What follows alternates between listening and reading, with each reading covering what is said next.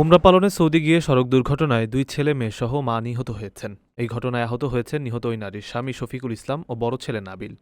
বৃহস্পতিবার বিকেল ৩টার দিকে রিয়াদ থেকে আনুমানিক ২০০ কিলোমিটার দূরে এই দুর্ঘটনা ঘটে। নিহতরা হলেন মা তানিয়া তাহমিনা, মেজ ছেলে তাসবিক এবং ছোট মেয়ে সাদাফ। জানা গেছে, বৃহস্পতিবার রিয়াদের বাসা থেকে নিজেদের গাড়িতে ৩ ছেলে মেয়ে ও স্ত্রীকে নিয়ে ওমরা হজ পালন উপলক্ষে মক্কার উদ্দেশ্যে রওনা হন শফিকুল ইসলাম। গাড়ি তিনিই চালাচ্ছিলেন। তার পাশেই সামনের আসনে বসেছিলেন বড় ছেলে নাবিল, আর পেছনের আসনে পাশাপাশি বসেছিলেন মা তানিয়া তাহমিনা, মেজ ছেলে তাসবিক এবং ছোট মেয়ে সাদাফ। রিয়াদ থেকে আনুমানিক ২০০ কিলোমিটার যাওয়ার পর ভয়াবহ সড়ক দুর্ঘটনার কবলে পড়ে তাদের গাড়িটি। পেছন থেকে কোনো ভারী যানবাহন তাদের গাড়িতে সজোরে ধাক্কা দিলে এই দুর্ঘটনা ঘটে বলে ধারণা করা হচ্ছে।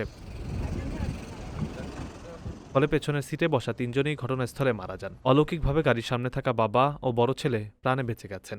নিহত তানিয়ার ভাই তৌহিদ মোহাম্মদ মুরাদ গণমাধ্যমকে বলেন, যেহেতু ধর্মীয় অনুষ্ঠানে যাওয়ার পথে দুর্ঘটনায় এই মৃত্যুর ঘটনা ঘটেছে, সে কারণে মৃতদেহগুলো দেশে আনা হবে না। শুক্রবার দুপুরে জানাজা শেষে সৌদি আরবেই তাদের মরদেহ দাফন করা হবে।